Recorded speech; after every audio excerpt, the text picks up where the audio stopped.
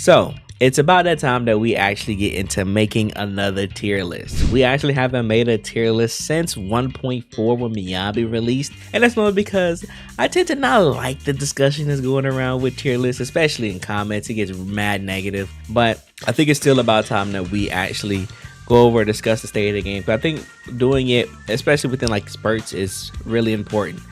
So we are in essence where I think it's about time that we talk about this a bit more. And this is actually a perfect time because Prydwen made a drastic change to theirs. But the point of this video isn't to hype about or get all up in arms about Prydwen's changes. I actually want to quickly go over the things that they made changes to and actually what's the word for it? Entertain it.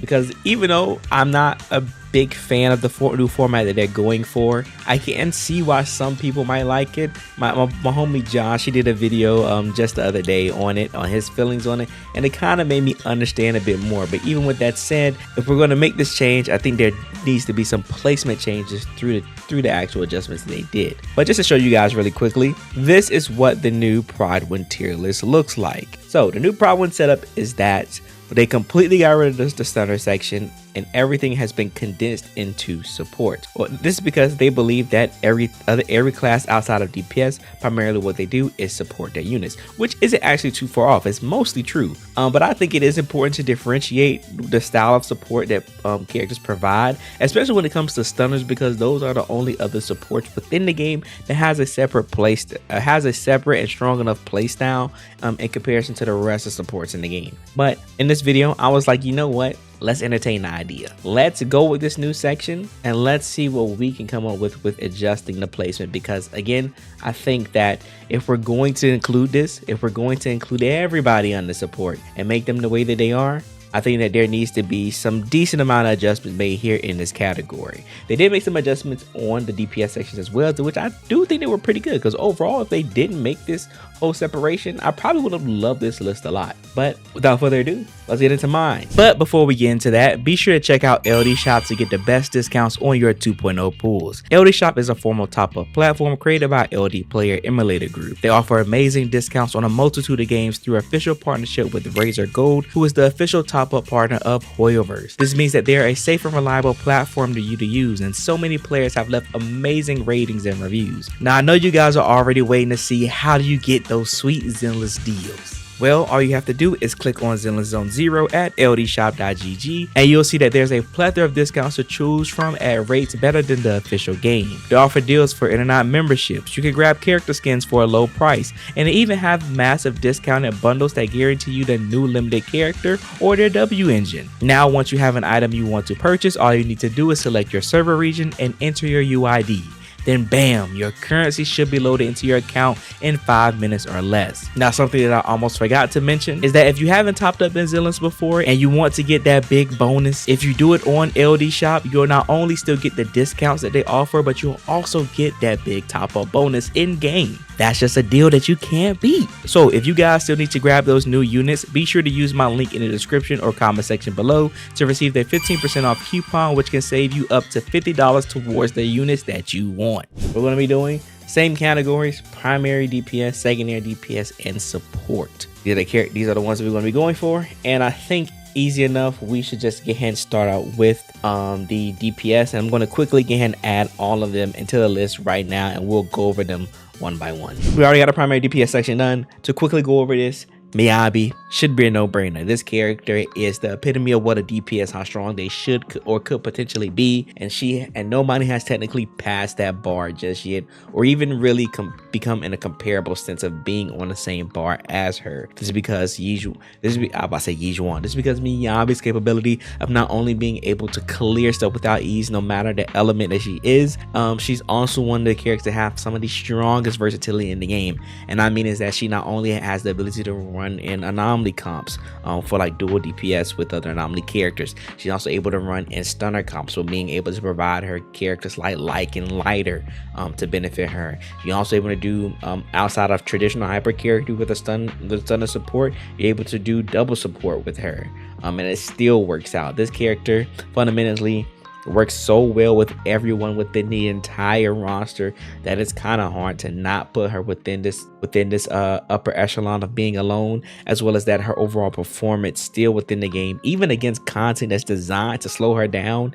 You just can't stop her, even at T0. Also, to keep in mind, everything within this list is considering that they all have their weapons, but I will talk about some instances of their value of weapons and not having them as well. Oh, also when it comes to how I value characters in tier lists, I think versatility means a lot. I think having a lot of options for team building brings a lot of value to a character, and so that will weigh a lot on my list, as you will see that I will actually be bringing that up a lot. And with that being said, that's why I think that's one of the reasons that it kind of brings Jué down. In comparison to miHoYo, her versatility, the different team comps that she has, there is very limited amount of characters that Jué actually works really well with. You have your Astras, your Pans, and then of course she has a few stunners that she can work with, like Chingy and Trigger, Jafufu. But outside of that, she doesn't really have the same amount of flexibility as, say, for miHoYo, working with a lot of different characters most of the time. When it comes to be able to clear non-elemental content, it doesn't feel like it's on the same level as miHoYo currently, but I could be wrong, as I'm someone that doesn't own Jué. I've just been able to look at a lot of details and character information on her, but she still is really strong unit, to the point that if there's anybody that's close to being on the same tier as miHoYo, it's definitely her. And if people want to make the argument that they want to move her up here to tier 0, I actually have no issues with that. You can have really strong arguments to put her up here, because she does have really strong results. But I still think as of right now, until she gets maybe one or two extra more characters that works with her, I think 0.5, the head of 0.5 going into T0 is definitely a good placement for her. Then we have our new girl, Alice. I like to call her Baby miHoYo. Baby miHoYo, because everything about this character, and when I say everything about this character is literally miHoYo's kit to a T. You use your basics to build up your unique resource. You hold basics to trigger your unique resource. You quick swap into other characters while your unique resource, while your unique hold basic is going off to deal damage, so on and so forth. You build your resources pretty similarly. These characters are basically one and one the same, in my opinion. And because of that, she's in a pretty similar boat as miHoYo, where at T0 she's a very strong unit for the physical class and works pretty well with a decent amount of characters. Now, I don't know if she has any setups where people are using like stunners and stuff with her. I haven't seen that much. Mostly she's a character that's designed to work with the majority of the anomaly characters in the entire game. Like, for instance, everybody thought that she wasn't going to be able to work with Jane that well, but as you guys know, if you've seen my recent video that I did with testing with her and Jane, they actually have some pretty decent amount of synergy that works well with one another. And I'm not saying that like they're barely clearing, I mean that they're over clearing 40k plus on a lot of the stuff within Deadly Assault, and easily being able to clear within a minute or so, a little bit over, within a lot of the Shiyu defense stuff. So with that being said, Alice in her own right is a very strong character, and one that's worthwhile. And then if you hear about the discussions about how she is when you get mindscapes over, that makes her comparable to like a miHoYo level, that's actually pretty insane. But for this list, we know we don't talk about mindscapes. Everything is about being tier 0 unless they're A ranks. And with this T0 Alice, I think putting her in 0.5 right beside Jué, a very nice situation to be in. But another character that's arguably right there neck and neck with Alice in value and strength is that girl, Yanagi. This is because, once again, being able to be a part of different teams is one of Yanagi's strong suit as an anomaly character. Yanagi is one of the only characters that fits the primary DPS section and the secondary DPS section, because she's able to lead a team and support a team. And because of this makes her very strong, and I mean very strong. And then we have to factor in the fact that she has her polarity disorders that increases the damage of her overall team drastically, making her a very worthwhile unit to still go for now, which is pretty insane, because she's one of the oldest DPS in the game right now that's within the tier 0.5 and higher category. Like, I think Yanagi coming up soon is about to be a full year old. Once we get into 2.2, if I'm not mistaken. No, 2.3. Once we get to 2.3, Yanagi is going to be a complete year old. We're going to already be past her life cycle well, not past her life cycle, but we're going to be already lapsing her life cycle within Zenless. And to see that she still has so much value and still strong right now is actually pretty good. Next up, we have that girl Evelyn. Evelyn is what I believe the baseline of T0.5 is currently right now, and this is because she's a character that performs at a very high level when you work at a high level with her. She's a character that requires you to have a bit of skill to utilize her full kit, because you need to be able to trigger as many chain attacks as you can in order for her to keep up and maintain her position within 0.5. And at one point, some people were discussing with her being T0, but just mostly under Fire Week content. As a lot of attackers, she isn't super amazing under a lot of other elements, just because when it comes to attackers, they mostly just perform really well under their primary element, and Evelyn super exceeds that for Fire Week content. This is also keeping in mind that she's using her best team, so paired with Lighter and Astra, this character is a monster at T0 when you have her weapon. I'm someone that heavily invests into this character. She's one of my favorite characters in the game, and she's super fun to play, and one of the characters that I think that she's been pretty heavily explored, but I feel like that maybe there's untapped market still within her that we could find and explore with her to make her even stronger. But I do believe Evelyn, again, is the baseline of where strength is for 0.5 right now, and I think that if you're a character that doesn't meet where her standard is, you're definitely right below it, which is why we have everybody else there in T1 with Jane, Hugo, Sambi, Ellen, Julian, and Piper. Now, if you guys are new around here and you haven't known about the placements that Jane's been going through and how she's overall been feeling to most people, Jane is a character that's been in the dumps for a little bit, but because we got a new support within Yuzaha to bring her up, because we've got more physical weak content to come into the game, and because of even her pairing to a degree with being able to work with Alice a little bit, Jane has found a newfound value within this game, allowing her to be on a similar scale to a lot of our T1 units now. Originally, a lot of people was kind of having her at T1.5. Some people kind of even teetering her to bring her down to T2. But now with Jane, even off element content, she still works pretty well in DA and Shiyu. She has definitely found a new form of value that I think is really good and really nice to see, and I'm glad that she's coming up. Honestly, when it comes to a lot of DPS in the game, I think as long as they're T1, they're in a really good spot that's nice for most players to comfortably be able to clear and enjoy most of the content within the game. And I'm glad that Jane is currently sitting in this spot right now, because I think that she's gotten a lot of love within these recent last patches, that she most definitely deserves it. I think where she stands after physical stops getting shield though currently will be interesting to see, as if she's able to maintain that T1 position. Same thing with Piper. Her and Piper are always been akin. They've been a pair, one-to-one each other when it comes to their tier list placement, and that's because for some odd reason, with how Piper kit works and how she overall functions, she's able to trigger her anomaly so fast. She's been able to keep up with a limited S rank anomaly unit, which makes her really viable for free-to-play players, and making her overall really strong. But I think where we're currently at right now, Jane is definitely edging her out within T1 now, making it a clear of a difference of kind of worth it to run Jane a bit more than Piper. But if you don't want to invest into a physical anomaly unit, you don't have to, because Piper does just as well. Now, somebody did mention up in the chat, Hugo close to Evelyn, no, and I'm pretty sure you're meaning in performance. And this is mostly true. The reason I brought Hugo down to T1 is because his overall issue with team versatility and matchup. When it comes to a character that he doesn't have his ideal units, Hugo feels the worst. And I mean the worst out of all our limited units. This is a character that he is bound to having Lighter on his team, to making him feel worthwhile in the long run, to have him being paired with a similar performance as 0.5 with Evelyn and Hugo. Now, I know I did say that this tier list is comprised of people within their best teams, which is true. But again, like I mentioned, I think versatility is very important, and it does determine your overall value to me within the list. And so because of this, Hugo's lack of versatility of being so restricted, bound to stunners, kind of dates how strong he's going to end up being in the long run. I think this is a character that when the right conditions are met, he's definitely here. If you're someone that doesn't have a Lighter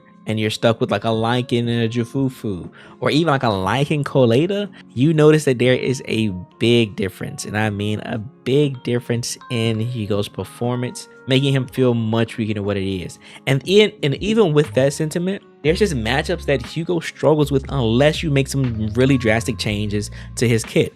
Like a lot of people like to bring up his issue with fighting Bringer. He struggles with Bringer on his own, but fun enough, a lot of Hugo mains have made adjustments to their character builds for their stunners, not Hugo, to make that matchup a lot easier. Like I believe now they make Lycan and Lighter built like anomaly characters so that they're able to take out Bringer's arm, and Hugo's just able to do what he always does, just because double stun allows him to still stun pretty fast and clear pretty comfortably. And I think that's great when it comes to adjusting for matchups and fighting against content. But because of that, it requires a lot more work to get Hugo to work overall, and I think that does kind of bring down his value just a bit, to drop him down slightly below Evelyn's performance. To be fair, when I have him right beside Jane, I think him and Jane are pretty neck and neck with each other, and I think they're not too far from a 0.5 performance, just because of how much Jane has been getting buffed with all these recent units.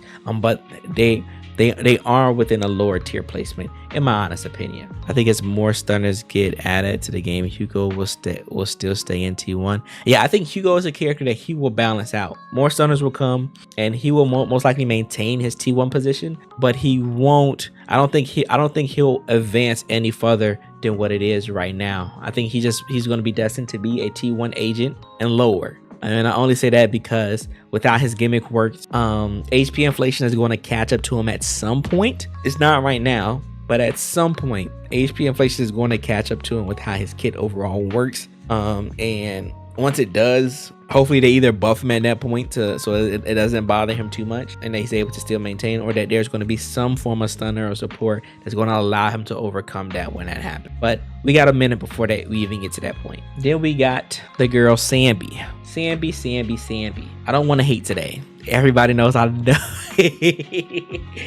Everybody knows I'm not a big fan of Sambi. It is what it is. Sambi's decent. Sambi works well. I think Sambi is the definition of a tier 1 character. Because similar to Hugo, well, not similar to Hugo, because a lot of times when it comes to a lot of in-game content, Sambi either performs decently or she performs pretty well. She does have some instances where she struggles due to how her Aftershock gimmicks work, and that since she's so bound to Aftershock and it's a very early stage of it, it makes her kind of weak within the current stage of the game. We do have Orphe that's more than likely going to be coming later, that's going to be supporting and allowing her to improve her performance. But even with Orphe, I don't know if Sambi's going to move from T1 to T0.5, or she's just going to be leading T1 with the Orphe comp. We'll have to see. But I think this character is just solid. She has a little bit of issues where she's able to still miss her ult at times. How she goes about having to build her dash attacks to get off a lot of her core damage, and how she overall works and plays. I think it's just not like a fully thought out idea that maintains stability for her. And because of that, I think that she sits pretty comfortably at T1, being pretty good.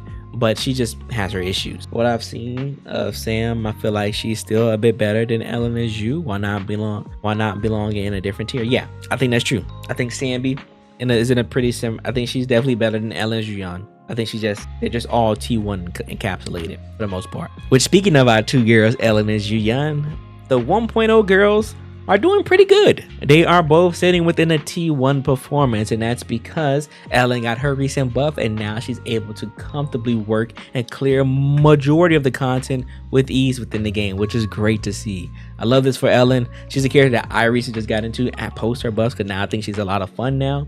And she is a character that is stronger. Way before she got her buffs, she was not doing too high. But she was sitting like T1.5. Some people were saying she was slowly getting to T2.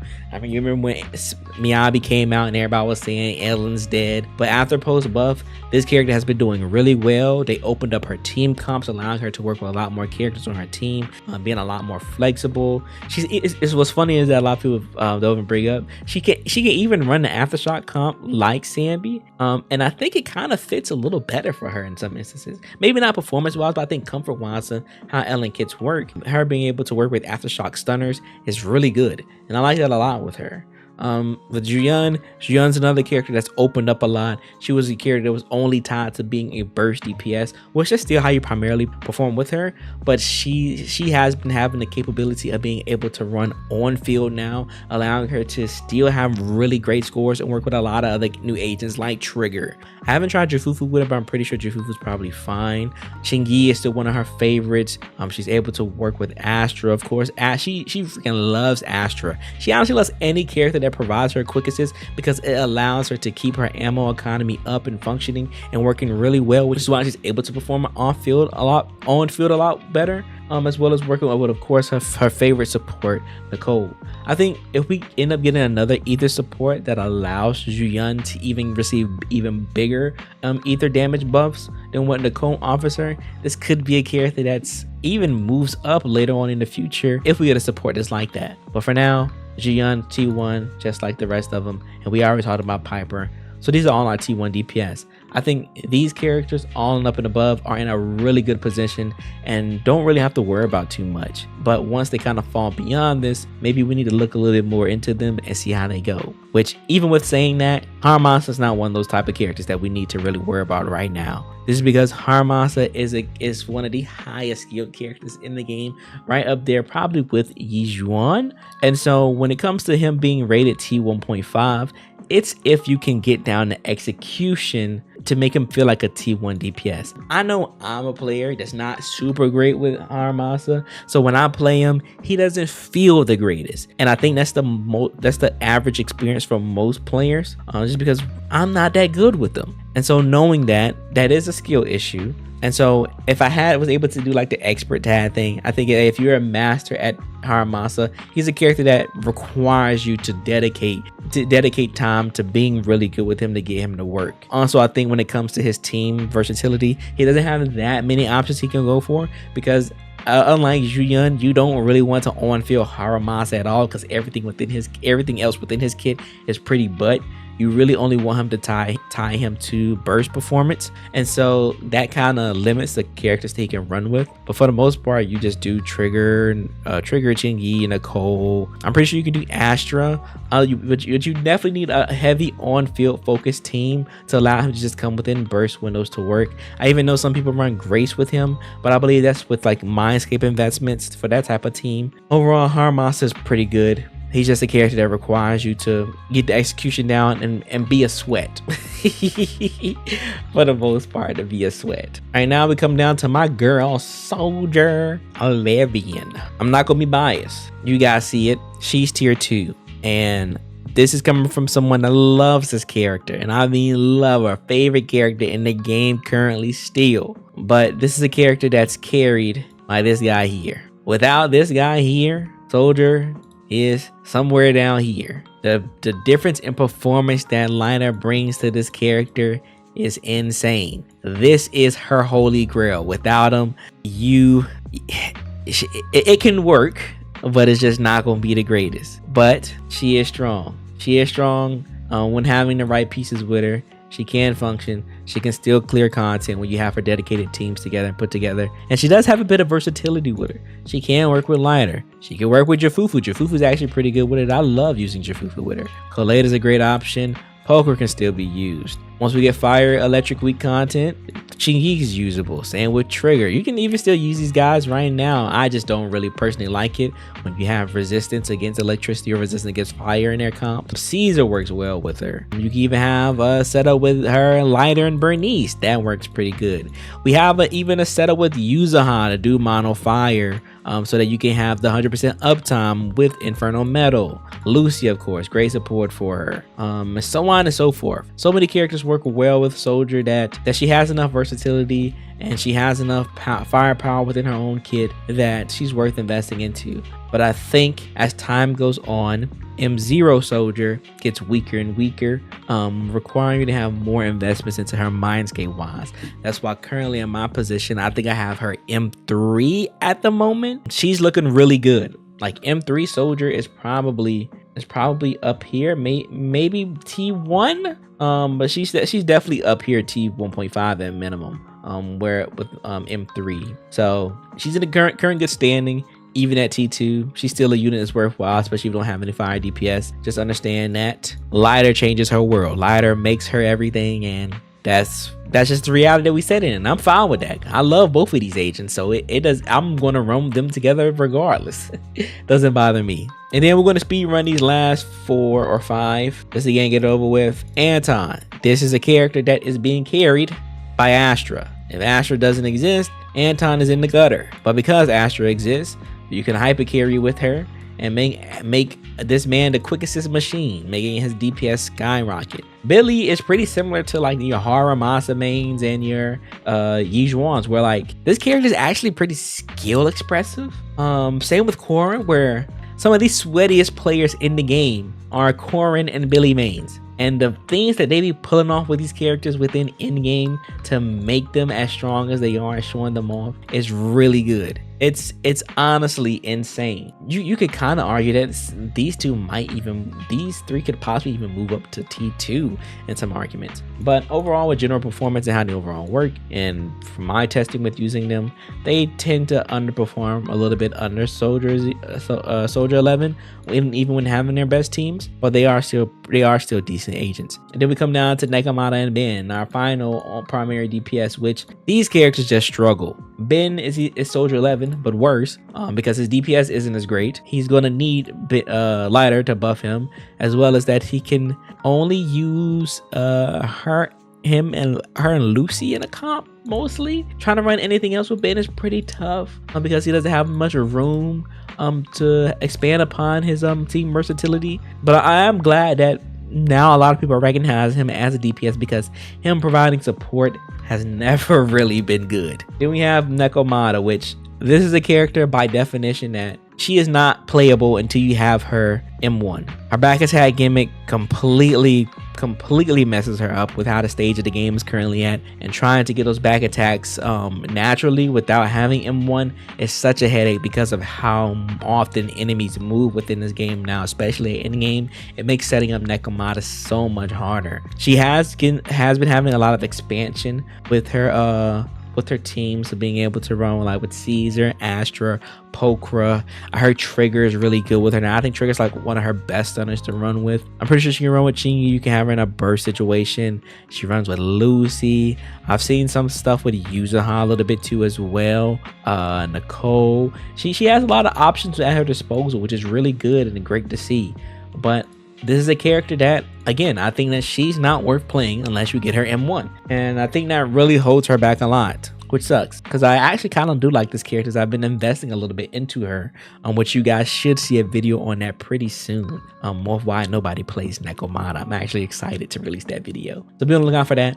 But yeah, I believe these are the 2 worst DPS in the game currently. But even with that, they're still clearing in game with pretty much not that much of a problem. So yeah, that's the primary DPS section. I think for the most part, there shouldn't be too much arguments. It's probably, for the most part, it's pretty much the same as Prydwen's whole primary DPS section. So not too much to argue with there. Now let's get into our secondary DPS. All right, now we're in the secondary DPS section, and to start off, we have with the girl Vivian. When it comes to being a secondary DPS, I think there's no other character that does it better than Vivian. She is the primary definition of what a secondary DPS should be looking like. And that's because she provides buffs for all elements within the game, with being able to provide additional anomaly damage for them with her blooms, and how her blooms function and work and how they're triggered. They work so well with every anomaly character within the game, and even some instances with some other DPS units as well. But mostly, you're only going to be running Vivian with anomaly units.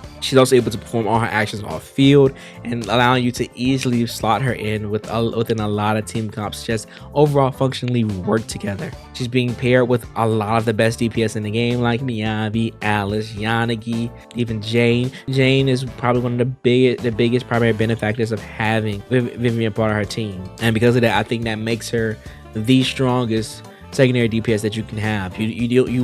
You won't regret having Vivian a part of any of your anomaly comps because she just works so well with everyone. I remember you saying no one says Vivian is the same power as Miyabi, but to be honest, is she? Vivian is not the same power as in terms of DPS strength, but Vivian, in my opinion, is within the same power when it comes to team versatility and overall value she brings to a team comp. Vivian, if you're looking at any anomaly build, 9 times out of 10, you're looking to slot her into any of a primary anomaly DPS's team. That's because there's nobody else within the game that buffs anomaly characters DPS like her. So even though she's not same power as in like strength as Miyabi, the support that she provides puts her on a similar parallel of being a valuable unit within a T0 position. I think that's hard to argue, and I think it's fair enough to say that there's a drastic enough difference between her performance on an anomaly team in comparison to Yanagi and Bernice, to the point that she should be in a separate tier as them. And there's no way that Yanagi and Bernice is T1, so Vivian is definitely T0. And even still, I think EO put her in T0 on the list that we did. Yeah, Vivian is basically user high number 2 for anomaly.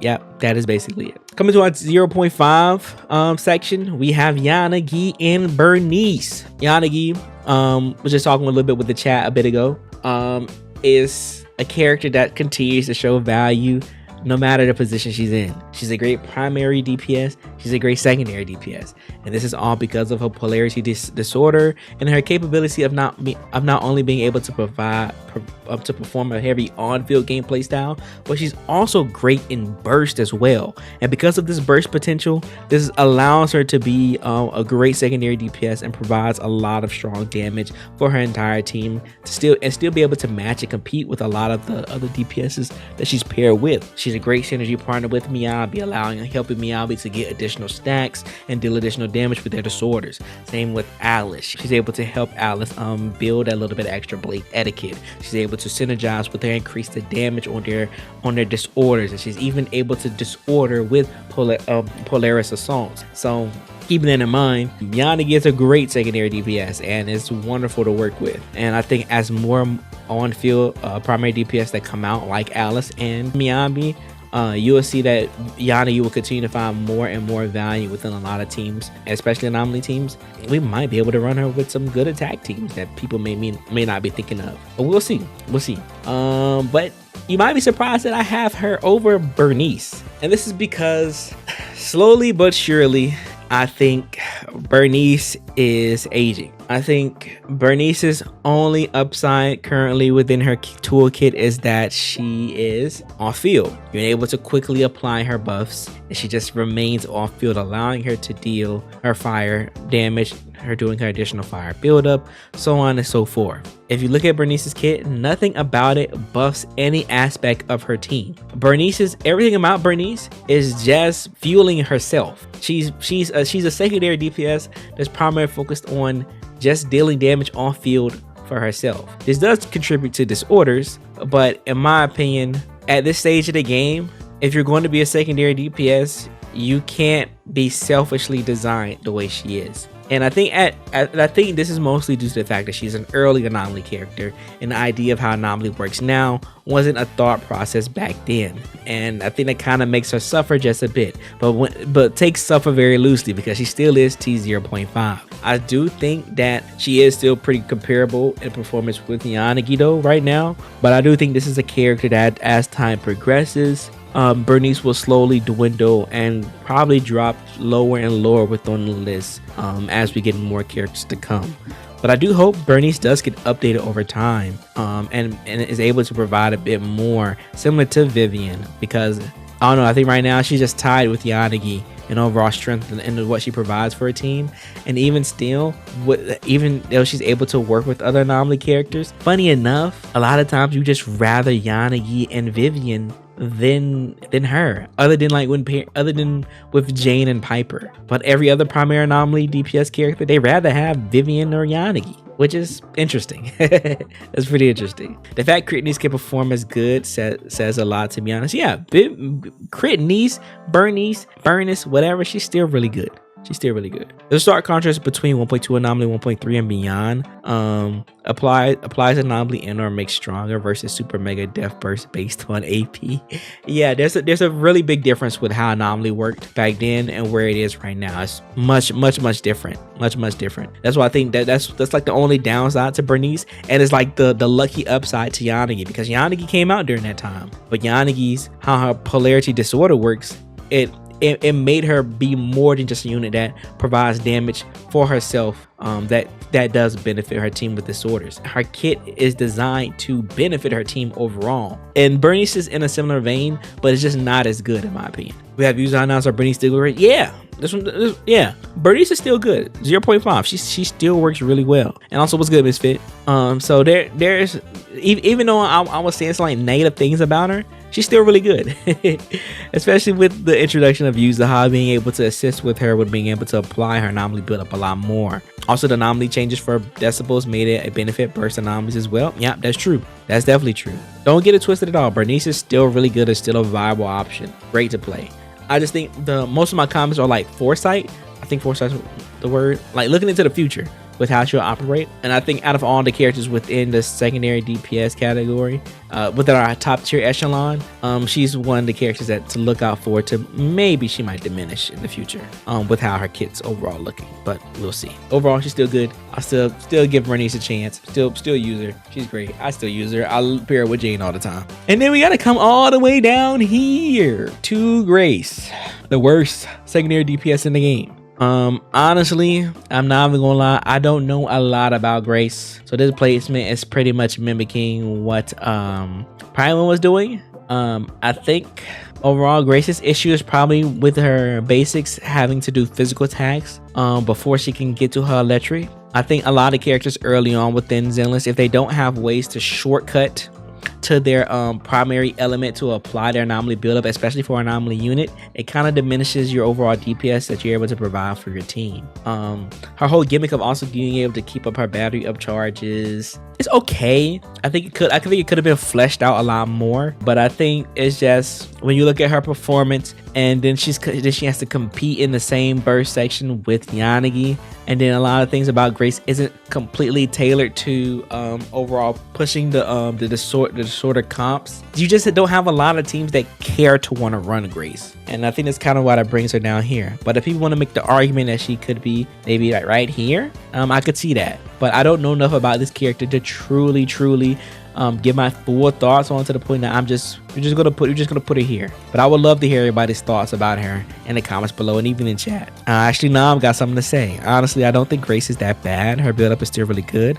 Her additional is a huge boost to her shock DPS, but you need an electric agent who would dilute the AP, or Bellabog, which is Colada and Ben. See, that additional is terrible, because a lot of times that means her only option really would be Yanagi, which, like you said, dilutes the AP, or you would have to run her with an electric attacker, which then I guess runs that team I was talking about earlier with Mindscapes. You run her and Haru together, which I heard was a pretty good team, but and then her only other option is Bellabog with Colada and Ben. It sounds like that she's similar to Ellen, where if they want Grace to have for the future, if they want her to be improved, she needs an update to her additional ability. They need to make her additional ability just flat out anomaly characters, and that'll easily bring her at least bare minimum up here. But because she's restricted to that, I mean, you could run her with Rena as well. But yeah, that's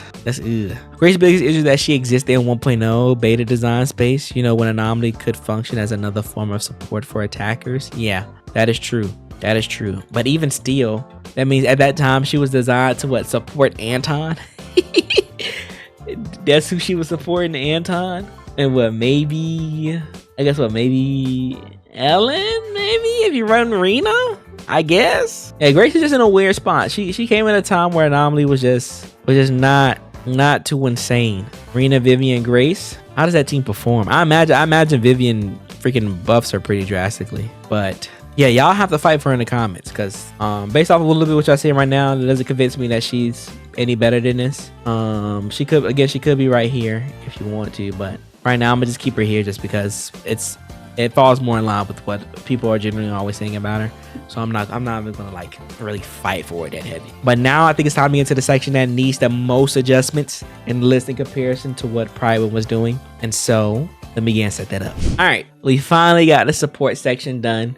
And you're probably going to notice that there is quite a few adjustments and tweaks to what I did to the Prydwen list. I'll be sure to show that at some point within the video. Get ahead and get into it. I made these adjustments because I think if we're going to encapsulate within everybody's support section, we have to keep in mind of the value that other characters have and how they operate and how they compare with one another when being put in the spot. And I think this is the primary issue I had when lumping all of these characters in the support, as well as it becomes a very crowded list. It just doesn't, in my opinion, accurately represent the character strength in comparison to the other supportive units within the game for stunners, defense units, and supports. And so I wanted to go about this and make adjustments that I think need to see fit. And if I'm going to be honest, the biggest adjustment you guys probably see is Lighter is not T0 on my list. And there's a good reason why. When we look at the best supports in the game, these are the characters that are considered almost best in slot for basically everyone. And I mean everyone in the entire game. Astra works with both anomaly and attack units predominantly so well that it's honestly really hard to swap her out for any other support unit in the game to have a better performance. The only other character that comes in comparison to that is Yuzuha. And Yuzuha is for strictly anomaly units with how her kid works. But when we come and compare Lighter to that, Lighter predominantly is a best in slot support for fire and ice units. And we do have a good chunk of fire and ice units. But when I stated earlier that versatility is a very strong key factor to me and how the overall buffs and support units, I cannot correctly say that Lighter's versatility and buffs are on the same level as Astra and Yuzuha. I think they are a league higher than him. And I think because of how this list, because of how encapsulating all supports under one category works, I can't faithfully put Lighter on the same tier as them. I think that there is a stark difference between having an Astra and Yuzuha on the team in comparison to having a Lighter on the team. Lighter definitely benefits all of the units that he works with. But in that same vein, when I think of Lighter and the comps that he's in, Soldier's best in slot team. Guess who else is on that team? Astra for freaking Evelyn. Guess who else is on that team? Astra. For me, he works with Miyabi, but 9 times out of 10, Miyabi rather has Astra and Yuzuha over him. Same thing with Evelyn. Evelyn mess in slot, she has Astra. So when I think of Lighter, and again, this is somebody that I believe Lighter is a great unit. I've always had him in tier 0 in all of the tier list placements that I've ever done for him ever since he's released. But if I'm going to compare him to the other supports in the game, the 2 premier supports right now, I think that he is a step below them. You could argue that he's right behind these 2. You can put him at the bottom of T0. That's cool. But for me, I think with weapons included and how much I value versatility, I think in comparison to Astra and Yuzuha, he leads 0.5. He leads 0.5, and you can make the argument for him T0. But personally for me, I'm going to put him 0.5 because I just think Astra and Yuzuha are much more valuable because every time a new agent comes out into the game, these characters will always see value. But Lighter has his Astra that only if they're fire and ice, and that's my only predicament. That's why personally for me, I wouldn't create support to be only on the one category. I would separate stun. But for this video, I did want to entertain the idea of encapsulating all of them within support. When it comes to Nicole, we all know about Nicole. Nicole's been here since day one. Nicole's been one of the best supports in the game. Some people even state you can argue Nicole could potentially be 0.5 because of how versatile she is and how well she works with people. Well, she works with agents, but I do believe when it comes to the buffs, again, that these 3 characters provide, they are a bit stronger. They are a bit stronger than Nicole's. So where her value truly does lie is having a really solid buff within her kit and also having great versatility. And in the same vein, we have Trigger. Trigger is stunner Nicole because of her W engine, allowing her to work with a lot of different units within the game. And originally, if you ever see me talk about Trigger before, she was a character that I was slowly dropping her value overall in comparison to a lot of other stunners in the game, because I felt like her performance at T0 wasn't as great as Lighter. And then when Hugo came out and bringing up Lycan in value, she didn't feel really good with Hugo in my opinion. I think Jufufu in some instances felt better than her. But when going back and reviewing Trigger and finding her newfound value outside of attackers, I started to truly realize probably where the development team was cooking. Trigger is a stun unit that works really well outside of attacker comp. She has a great team with Yanagi. People have been saying that she works really well with Alice even. She has a great team synergy with Yijuan. Same with the Miyabi. She works great. Again, she works great with attackers like Ellen, Julian. She can work with Hugo, but I don't personally like Hugo. And then she's best in slot with Ambi. So when it comes to a unit that works really well and has great synergy with characters outside of attack, and even with that stunner role, I think that this is where Trigger's newfound value lies. And I think that's something that's actually pretty nice, and one of the reasons why it actually kind of made me pick up Yanagi, because I think the idea of Yanagi and her working together and Trigger just working with other characters really well and performing really well outside of the attacker meta is something that I'm really glad that was like a development that they made. And it's mostly due to because how our W engine works, but we are considering all the characters in the W engine here for the list. Something I'm willing to commit is that without engine, she's only marginally better than Caesar, but Trigger is easier to play and helps Astral uptime with another support. That is true. If we're talking about without engines, Caesar is on Trigger definitely drops down to maybe bottom 0.5 or leading T1. That's how much value that her engine brings. But since we're considering engines with them, she's still really good. And even without engines, she's still pretty solid. She's only a little bit better than Caesar, but I do think that the newfound value that people have found with her outside of attacker comps is really nice. I love that about her, and it makes her so much stronger than what we were originally thinking of her. Next, we have Jufufu. Now, this is a character that I definitely want to talk about because their placement for Jufufu has a partner tag with Yijuan. They think that her value is tied to this one character, when that isn't true. In order for Jufufu to perform well, she doesn't need Yijuan. Jufufu works great with Evelyn. She works great with Ellen. She works great with Soldier 11. I've even used her in comps with Hugo. This character doesn't need a partner tag. She's not buckled down to needing to work with Yijuan. This is a character that provides great buffs for a lot of units to use. For what? It's what crit damage, chain attack damage. Is it a general damage buff that she provides as well? And she gives buffs, and she provides extra decimals for ultimates, which a lot of people like to state that it only matters for Yijuan, but no, this matters for other characters as well. Because of Jufufu, when running her, especially in my double stun comp with Lighter, this gives me an extra ultimate that I never would have gotten with Soldier 11 in her runs, easily increasing her performance when going against Pompeii and other Fire Week content. Same with Hugo. You're able to get those extra bit of decibels that allow you to get those extra ultimates that severely increases a DPS's damage within their rotations, especially in longer form content. Now, it doesn't really matter for like Shiyu or something of that instance, but either way, for an end game, when it comes to like Deadly Assault, Jufufu is really valuable for a lot of units outside of just Yijuan. And I think it's kind of weird that they tied her value so closely to her. Now, somebody that I do agree with that they tied their value to is Sukaku with Miyabi. Sukaku does provide a general attack buff for all units to use, but I think Sukaku would have been in a very similar position as Lucy down here, where she would be down here if it wasn't for Mono Ice. Mono Ice has been going on the up and up, the craze of the best team in the entire game.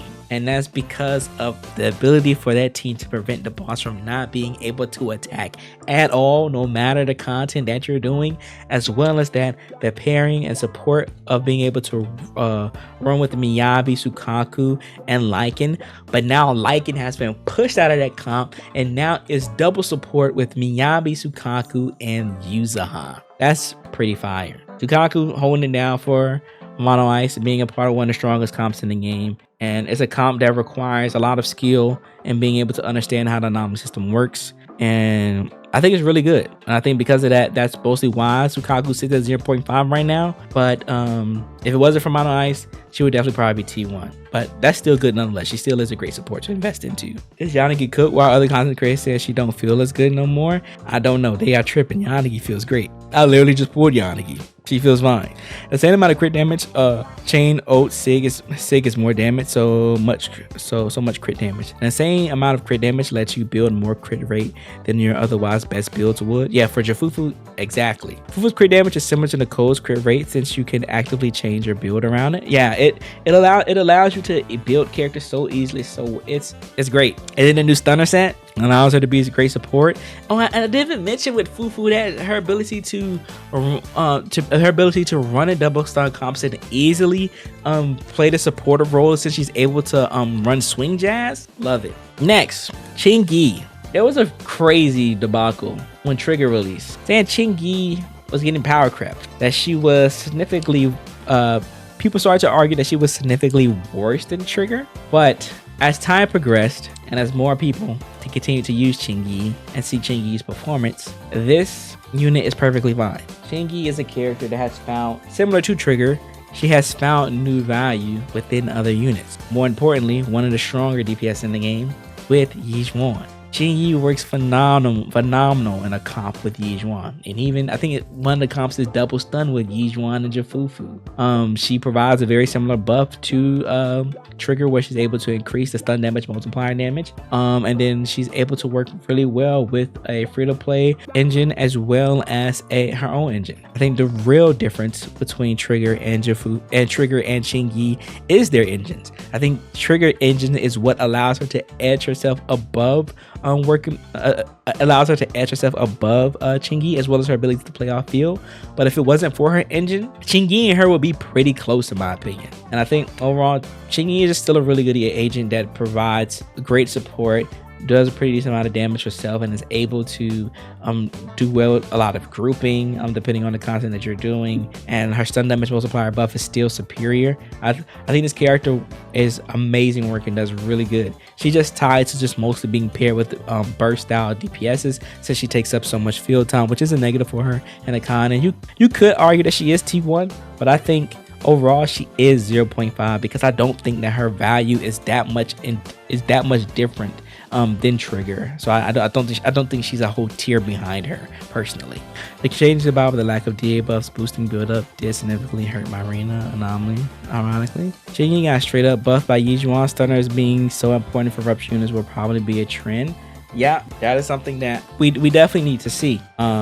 If stun, and that was one of the ideas that I had. I feel like either stunners or defenders was going to get a massive upgrade with the rupture units, and it looks like stunners is definitely one of the ones that's doing so. Defenders, we still have, I think we just need more defenders before we can even really say that, because really the only defender that's probably going to get a massive upgrade with more rupture units is probably Pan. We'll get into that as we go further down. Next up, we got Caesar, baby girl Caesar, a unit that I actually recently pulled for. She's T1. She has great versatility. She works with basically anybody in the game, similar to these girls up here. But you're probably wondering, why is Caesar so low? Well, it's because her buffs. Caesar's buffs are okay. They aren't the greatest. They're good. Let me correct myself. They're good, but you don't really need Caesar for her buffs. A lot of times you're really just abusing the fact that you become uninterruptible when you have her shield on. But where damage is going right now in content, the shield can be broken pretty progressively and pretty easily in some content. And as well as that, a lot of characters that work with now, and once you get to your rotations down and understand how bosses mechanics works, Caesar becomes less and less valuable because of the fact that you can just dodge. You can just dodge and perform better with your teams overall, that you really don't need her. That's really the only gripe with Caesar, is that you don't really need her. You can find all of the buffs and stuff that she provides within her kit through other characters in the game. They're good and they can work, but it's not a necessity. So the only thing that she brings of value is the anti-interrupt. Also, her ultimate is pretty trash. And then her parries are good, but they don't full on stun some bosses, which I feel like that will be a great value to add into her, where that she just completely interrupts a boss for most cases. I think that would be a great insane buff to her, bringing in value, similar to the discussion that everybody likes to bring up with Seth, with his whole charge of being able to interrupt everything. If Caesar had that capability, it would overshadow Seth, but it would make her a much more interesting pick. So I do think that she's a character that ends up needing some form of buff or touch-ups to make her a bit worthwhile, because I think her ult not really being worth anything is definitely a big factor what holds her back, because it just feels like a waste to even perform it because of how poor it is. Caesar buffs are full on good. She just provides not too much else beyond it. Her daze is nice, but still pales to a real stunner. Yeah, like if I'm running Caesar and I'm worried about stun, honestly, it's whatever. Caesar's great. I got 40k with her. Alice and Astra recently in DA. You did DPS Caesar? No, you said Alice. Why did I read as Astra and Yuzaha? But yeah, she's still pretty good. Oh, also, yeah, I forgot to mention, like Ace just mentioned, one of her primary issues is that her buff is only a single target buff. And what that means is that it only works for the person that's on field. So if you have any form of support or any form of DPS, they're performing any on-field action, the buff that Caesar provides does not affect them at all. So within that vein, she's a much worse support than a lot of our other recent supports that come out within the game, because it doesn't matter who's on field for a lot of our other characters. It's just the whole team gets the buff, but it's only the person that has the shield on field with Caesar, which sucks. That's a very dated design at this point, and that needs to be improved. Then we have Lucy. Lucy, still a good girl, still great, provides very decent attack buff. It's not the greatest, it's not the biggest attack buff that you can get, but she performs it so rapidly that it's really good to pair her with. She's also pretty similar to I didn't mention it, but Sukaku. They both can be built like DPSs, where they deal pretty decent amount of damage, especially Lucy with her ult. If you build her properly with a great attack build, like you normally would for her ult damage is actually pretty good for a free-to-play unit. I think the only downside to Lucy, in my opinion, is that her boars really don't do much. I think her boars should have been a lot better than what they are. But they aren't. So you only really care about her buff and apply with her EX special and ultimate, and then a little bit of damage that she does with her ult. Outside of that, though, Lucy just is just where she is. She's like I said, she's still pretty good. Still great support. Works well. User Pokra. A character that I think a lot of people rate too low. I think Poker's M6 with being able to provide, Poker's ability to provide a general damage increase 50% across the board for all characters on part of her team is really good. Also, her ability to provide stun off field makes her great to work with a lot of our attackers within the game, especially now since a lot of our attackers are shifting to a point where they are pretty heavy on field recently. A lot of our strong ones are pretty heavy on field recently, so it allows Poker to easily slot into a lot of teams. She's nobody's really best option. She's just a great free-to-play option to go for, especially when you get Mindscapes of her. So I think she's pretty good. I think she's better than I think she's better than a lot of the free-to-play options that we have as a supportive unit. So definitely invest in the Poker. I think she's really well worth it. And she works pretty well within a lot of different comps. I like her a lot. And then we have Lycan. This is probably one of the other big changes that you guys are seeing in comparison to the Prydwen list. That's because they have him at 0.5, and I have him at the bottom of T1. Now you're probably wondering, why is that? Well, if we're looking at every character that Lycan works with, and even prior to this, with him before him moving up to 0.5, the only reason they moved him up during that time was because of Hugo. His value with working with Hugo shot him up. Pretty good character, and I do agree. I think Lycan works really well with Hugo, and the fact that him having Mono Ice, being a part of the Mono Ice team, was one another great reason. But because I do think that Hugo shifted down to T1 in my list, and I do think, and because Lycan got booted out of the Mono Ice team to be replaced with another support within Yuzuha, this character is not as valuable of a stunner as in comparison to our Lighter, our Trigger, our Jifufu, and Qingyi. He's not as flexible of a stunner. His buffs aren't as good as theirs, in my opinion. Maybe closer in comparison to maybe a Qingyi and a Trigger without her engine. But besides that, Lycan, you really only use him with ice DPSs, and that leaves you with just 2 characters for the most part, Hugo and Ellen. You can run him with Miyabi, but Miyabi doesn't really need him. The only characters that really care to have him are these 2. And so understand like his limitation of his versatility, and understanding that the buffs he provides are solid at M0, but I don't think they compare in between our stunners within 0.5. I think that definitely drops him down into value and truly shows that Lycan is just a solid stunner. He's nothing crazy. He's not a part of my top tiers, in my opinion. He's just pretty solid. Like he got 2 great DPS and is okay with Ellen. Yep.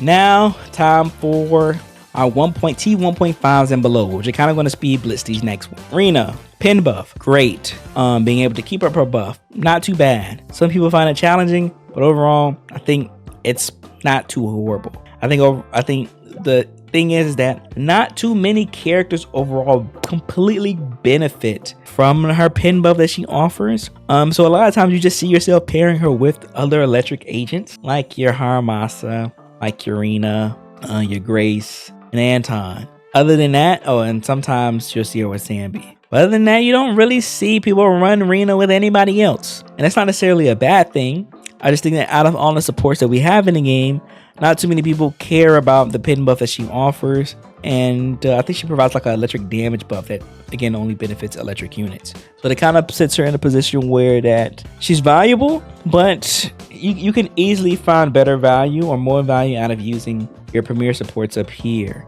Even running Trigger probably instead of Rina in some cases. And some general supports like Nicole, you're probably better off than running Rina. Which is sad because Rina is a pretty cool character. And I thought that she was really good in the beginning, which she was. And she is still pretty solid now. But I think just overall, she's just starting to age, and that you realize that some buffs are just better to have over her pin than not, and that puts her in a bit of a situation where not too many people care about using her. It's still the same. They made an A rank give a debuff stronger than Rina's buff at M1. The funny thing is, I don't think they did that on purpose. Like, I don't think they figured that Nicole was going to be so much better than Rina. I think Nicole just got the luck of the draw of just having a really solid kit that just ended up panning out being great in the long run, which is funny. The only way Rina ends up getting shifted up if they shift the game to a pin focused game.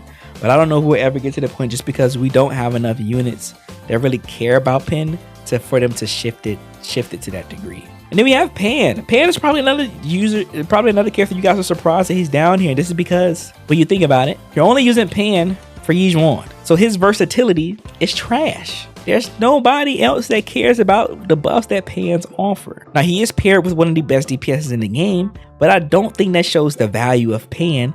I think that just shows how strong Yijuan is. And so, thinking of that, I think this, because of how limiting Pan is as a support unit, and he's only being able to be tied to one unit, I think that drops down his value of being a unit worthwhile investing into.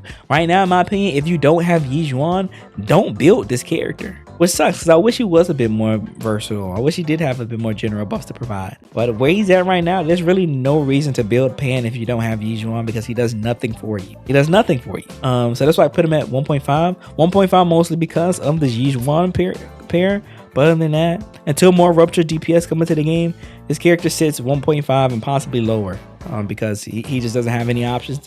He doesn't support anybody else, so he's not worthwhile building. Imagine they make the next Rupture agent a sub DPS who doesn't want to work with Pan. Damn, that would suck. Now we got Seth, big dog Seth, my boy. Well, big cat Seth, my boy. Great unit. Provides a anomaly proficiency buff when applied with his shield. Works really well with the majority of the anomaly characters within the game, mostly being paired with Chain.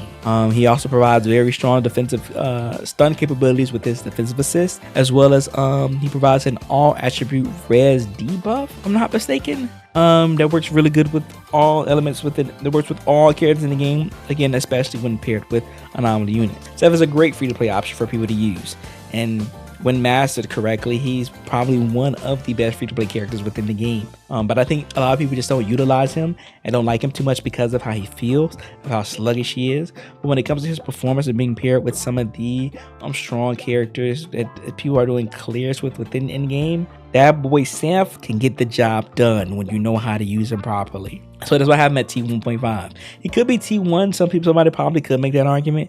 But in my opinion, with how he works, his overall role with being in anomaly comps, more so hypercarry anomaly, he is a really good agent.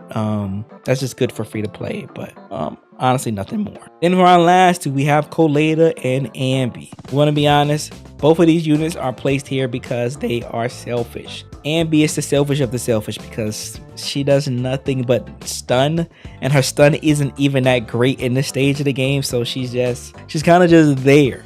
If you have any other stunner other than Ambi, use them over her. It just is what it is. She also provides an electric damage buff, I believe, but it's so minuscule that choose somebody else. Same with Colada. The buffs that she provides for chain attack, but it's only during stun windows, limits who really wants her to be a part of their team, and she's mostly only used with other fire units who we already have a better fire stunner at our disposal. But we have two better fire stunners at our disposal to use, and then in some instances you rather use poker over her. Other than that, there's no other reason to use Colada. She does have great stunning capability though, one of the fastest stunners in the game. But we're at the point right now where having the ability to just stun fast isn't good enough. You need to provide some other form of buffs and supportive capabilities for people to run you on your team, which is one of the main reasons why Prydwen condensed all of these characters within the support category, because supports and starters have gotten to the point where they do more than what their original description offers, making them categorizing as them overall support. Because of that, Colada just doesn't really fit that. So in my T2 placements, me being nice, but I think how fast she stunned puts her 2 tiers above Ambi's performance, and her chain attack buffing a little bit better than what Ambi's providing. I think she is at least tier 2. Are we convinced that Colada's chain attack buff works? I swear 70 damage should be more noticeable. I don't know. I don't use her. I don't use her at all. But overall, with me entertaining the idea of how this new tier list works, I think this is overall how the list looks. And I'll zoom out a bit more so you guys can see all of it. This is how I'm currently feeling about the standing of the game. I think we're in a pretty good spot. Most of the characters in the game are pretty good. I think the fact that over half of our cast is within 1.5 and above is actually really good placements, because the majority of this means that they are really good feasible units to use. And then a good chunk of them are T1 and higher, even better. So yeah, this is my current opinions on the state of the game. Yeah, I miss a reason that triggers 0.5. I think she's T1 at best. I think considering her having her engine, I think her engine is very viable. I think that the versatility she offers herself with being outside of attacker comps brings in a lot more value to her now, because I'm someone that values versatility a lot and being able to be paired with a lot of units. And because Trigger has found a new home within Rupture teams and Anomaly teams as well, I think that makes her pretty strong. I think putting her T1, especially when considering her engine, is too low. With SIG, yeah, I'm considering everybody with their SIG. This list is considering everyone with their SIG. Without it though, 100% she's probably top of T1, maybe bottom of 0.5, but probably top of T1. But yeah, that is my tier list. Let me know how you guys feel about it. I think it's pretty solid. You guys might has some differences, some disagreements. Honestly, it's not too different from the Prydwen list. But again, if I want to make my own list, I probably wouldn't encapsulate all of them into supports. But for this video, I wanted to entertain the idea of doing that and show how I would go about placements if we was doing all of that. So hopefully that helps you guys get a better understanding of what characters are at, in my opinion, and where the current health of the game is. I think we're in a pretty solid state, especially since all of these characters can clear in-game content when paired within the right conditions. And the fact that majority of our, especially fan favorite characters that people love to use and play, and even some of the older units that came out within 1.0 are still very viable options within the meta. I think this is really good, really good, really good. But only time will tell. Like I said before, I don't tend to do tier list videos a lot, but I think we're going to switch up doing them once every patch, just so that we have at least 2 new units to come in and that we can talk about. But I will say though, I'm probably not going to always break down everything about all these characters over and over again, just because a lot of you guys already know the full detail on a lot of these units, and I hate trying to repeat and try to remember stuff about units over and over again. Hopefully whenever we do tier lists though, that there's at least a major shakeup within the list. This time it was a pretty major shakeup with how the new format and stuff came about, so I think it was pretty good. But yeah, let me know how you guys feel about the tier list placement. Let me know how you guys feel about my tier list placements and where you would rank characters. How do you feel about what I did? I feel like I'm normally get a lot of comments about lighters adjustments, maybe a little bit about Lycans, and probably a little bit of HoYoverse and stuff too, because I think those are the only controversial ones that I had. Probably Yijuan too, because I think we got some really good some people that love Yijuan. I think that she's right there beside Miyabi, which is fine, I think. But yeah, I appreciate you guys knowing your love and support. Remember to leave a like and subscribe to the channel if you are new. And always remember to believe in you that believes in yourself. I'll see you guys in the next one.